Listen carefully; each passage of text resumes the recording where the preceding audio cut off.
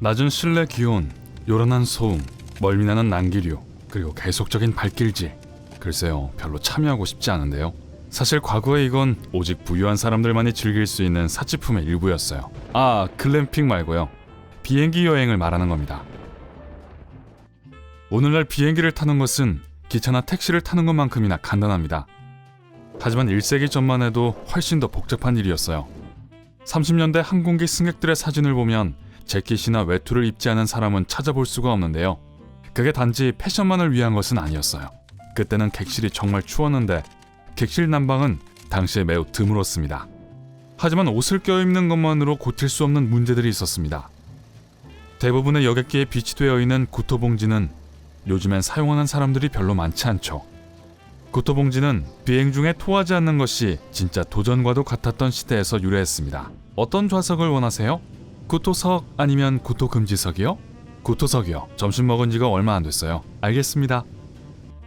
높은 고도에서 비행하는 것은 산을 오르는 것과 마찬가지로 몇 가지 다른 신체적인 문제를 일으킬 수 있습니다. 높은 고도에서의 낮은 압력 때문에 신체는 산소를 흡수하기가 더 어려워지죠. 항공 여행객들은 메스꺼움을 느꼈고 숨쉬기도 힘들어했어요. 오늘날 모든 항공기는 내부가 가압되어 있습니다. 다시 말해 압축 공기로 가득 차 있어 2400m에서 느낄 수 있는 것과 비슷한 편안한 대기를 제공합니다. 하지만 가압 시스템을 갖춘 최초의 상업용 비행기는 1938년이 되어서야 등장했습니다. 그전에는 대부분의 승객들이 구토봉투를 사용하거나 친절하게도 좌석 밑에 비치되어 있던 특수용기를 사용할 수밖에 없었습니다. 정상적인 기내 압력이 없는 것의 또 다른 단점은 난기류입니다. 가압 없이는 조종사들은 지상으로부터 4500m 이상 상승할 수 없었습니다. 하지만 이 높이로 비행하는 것도 쉽지 않았어요. 비행기가 바람과 비를 그대로 통과하게 되는 거니까요. 오늘날 비행기가 악천후 위로 날아서 피하는 것과는 달리요. 그리고 때때로 비행기가 단 몇 초 만에 몇십 미터를 급강하하곤 했습니다. 이미 불안정하고 초조한 여행은 시끄럽기까지 했습니다. 1930년대에 많은 항공기는 방음 장치의 효과가 약하거나 아예 없었어요. 그래서 승객들은 바람이 부는 소리와 귀청이 떨어질 듯한 엔진 소리를 감당해야 했죠. 예를 들어 틴 구스로 불렸던 포드 산발기의 소음은 이륙 시 120dB에 달했습니다. 참고로 그 정도면 록 콘서트보다 더 요란한 소음이에요. 그 모든 소음은 사실 승객들의 청력에 몹시 해로웠습니다. 하지만 그렇다고 해서 불쌍한 승객들이 그냥 견뎌내야만 했던 것은 아닙니다. 당시 스튜어디스라고 불렸던 승무원들은 정말로 귀청이 터질 듯한 소리를 줄이기 위해 작은 손뭉치를 나눠줬어요. 또한 공지사항을 알리기 위해 확성기도 갖고 있었죠. 이런 상황에서 정상적인 목소리를 사용하는 것은 소용이 없을 테니까요. 여러분은 이렇게 생각할지도 몰라요. 비행이 불과 몇 시간밖에 걸리지 않았을 테니까 그렇게 나쁘지는 않았을걸요? 실망시키고 싶지는 않지만 과거 비행기는 현대 비행기보다 훨씬 더 느렸습니다. 30년대 뉴욕에서 로스앤젤레스까지의 편도 여행은 약 25시간이 걸렸습니다. 오늘날에는 6시간 정도면 되는데 말이죠. 게다가 직항도 아니었어요. 한 지점에서 다른 지점으로 이동하기 위해서 비행사들은 10여 곳 이상의 경유지를 거쳤고 주유를 위해서도 몇 번 멈춰야 했습니다. 승객들은 최종 목적지에 도착하기 위해 다른 항공사의 항공기로 바꿔 타야 하기도 했어요. 그래서 시간이 충분하면 비행기를 타라라는 말이 나왔을 정도였죠. 비행기가 다른 교통수단에 비해 확실히 나은 것은 장거리 여행을 할 때였어요. 바다를 건너 다른 대륙으로 가려면 많은 경유지를 거쳐야 했는데 전체 여정은 약 일주일 반 정도가 걸릴 수 있었습니다. 하지만 한 달 동안 배를 타야 하는 것에 비하면 아무것도 아니었죠. 긍정적인 면을 살펴보자면 여러 경유지를 거치는 긴 비행은 여행자들이 더 아름다운 나라들을 방문하고 궁극적으로 더 많은 세상을 볼 수 있는 기회였습니다. 하지만 한 가지 조건이 있었죠. 그럴 여유가 있다면요. 30년대 항공여행은 여전히 비교적 새롭고 비용이 많이 드는 신기술이었는데 상용 서비스가 시작된 지 얼마 안 된 시기였습니다. 아마 이건 잘 모르실 텐데 패남 등의 초기 항공사들은 승객을 수송하기 위해서가 아니라 우편물을 운반하기 위해 설립되었고 우편물 운송이 수익의 대부분을 차지했습니다. 오늘날의 관점에서 보면 이상하게 보일지 모르지만 그 당시에는 논리적이었습니다. 만약 초기 비행기가 한 묶음의 편지를 싣는 것과 한두 명의 승객만을 태우는 것 사이에서 선택을 해야 했다면 선택은 명백했습니다. 특히 승객과는 달리 편지나 소포에겐 어떤 편의시설도 필요하지 않다는 점에서 더욱 그랬죠. 하지만 항공사들이 항공편에 마침내 승객들을 태우기 시작했을 때 그 서비스는 매우 비쌌습니다.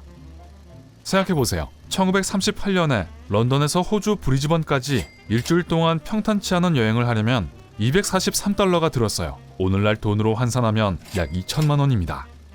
국내선이라고 훨씬 저렴하지도 않았어요. 미국 동서부를 횡단하는 비행의 가격은 오늘날의 돈으로 거의 500만 원이었습니다. 참고로 이런 여행을 한두 번 더 할 돈이면 새 차 한 대를 살 수도 있을 정도였죠. 예전에 항공기는 많은 결함을 가지고 있었다고 해도 과언이 아닙니다. 그럼에도 불구하고 20년대, 특히 30년대가 비행의 황금기로 불리게 된 것은 이유가 있습니다. 다양한 부류의 사람들이 비행이 무엇인지 직접 경험하게 된 시대잖아요. 물론 비행을 하기 위해 엄청난 돈을 지불했지만 그 대가로 꽤 호사스러운 경험을 했죠.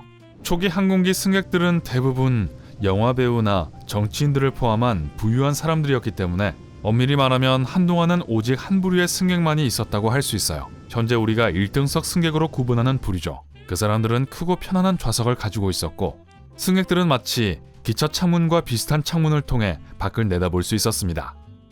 오늘날 우리에게 익숙한 작은 비행기 창문과 달랐죠. 하늘을 나는 배를 타고 여행하는 것을 상상해보세요. 이 거대한 기계들은 비행기처럼 날 수 있었지만 물 위에 착륙할 수도 있었습니다. 이것은 장거리 대서양 횡단 노선에 특히 유용했죠. 1930년대 가장 근사한 수상 비행기의 예는 페남의 클리퍼입니다. 기본적으로 이 비행기는 하늘을 나는 5성급 호텔로 넓은 객실, 식당, 라운지 공간이 있었습니다. 승객들은 고급 도자기 그릇에 담긴 음식을 진짜 식탁에 앉아서 대접받았어요. 상상하기 힘들지만 이 비행기에는 여성과 남성을 위한 화장실도 따로 있었고 심지어 잠을 잘 수 있는 2층 침대까지 있었습니다. 이 시대가 비행의 황금기로 불린 것은 믿을 수 없는 서비스 때문만이 아니라 이 기간 동안 항공 분야에서 이루어진 다양한 발전 때문입니다. 그 이전까지 대부분의 비행기들은 천과 나무로 만들어졌습니다.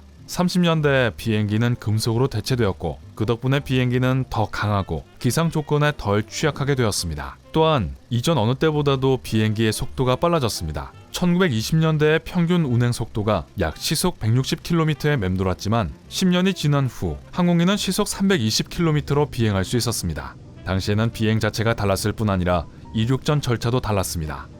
지금처럼 보안 조치가 많지 않았을 수도 있지만 공항에는 또 다른 희한한 규율들이 있었습니다. 예를 들어 일부 공항에서는 다른 승객들 앞에서 모든 승객의 짐과 몸무게를 잴 것을 요구했습니다. 항공편을 이용하는 승객의 수가 적었기 때문에 출발 몇 시간 전에 공항에 미리 도착할 필요도 없었습니다. 현대 교통 체증이 존재하지 않았다는 사실도 도움이 됐죠. 탑승 수속은 빨랐습니다. 여권과 티켓만 확인하고 10분이면 탑승할 수 있었어요. 아, 좋은 시절이었네요. 오늘 새로운 것을 배웠다면 이 비디오에 좋아요를 주고 친구와 공유하세요. 그리고 여기 여러분이 좋아할 만한 멋진 비디오들이 있습니다. 왼쪽이나 오른쪽을 클릭하고 삶의 밝은 면에 머무르세요.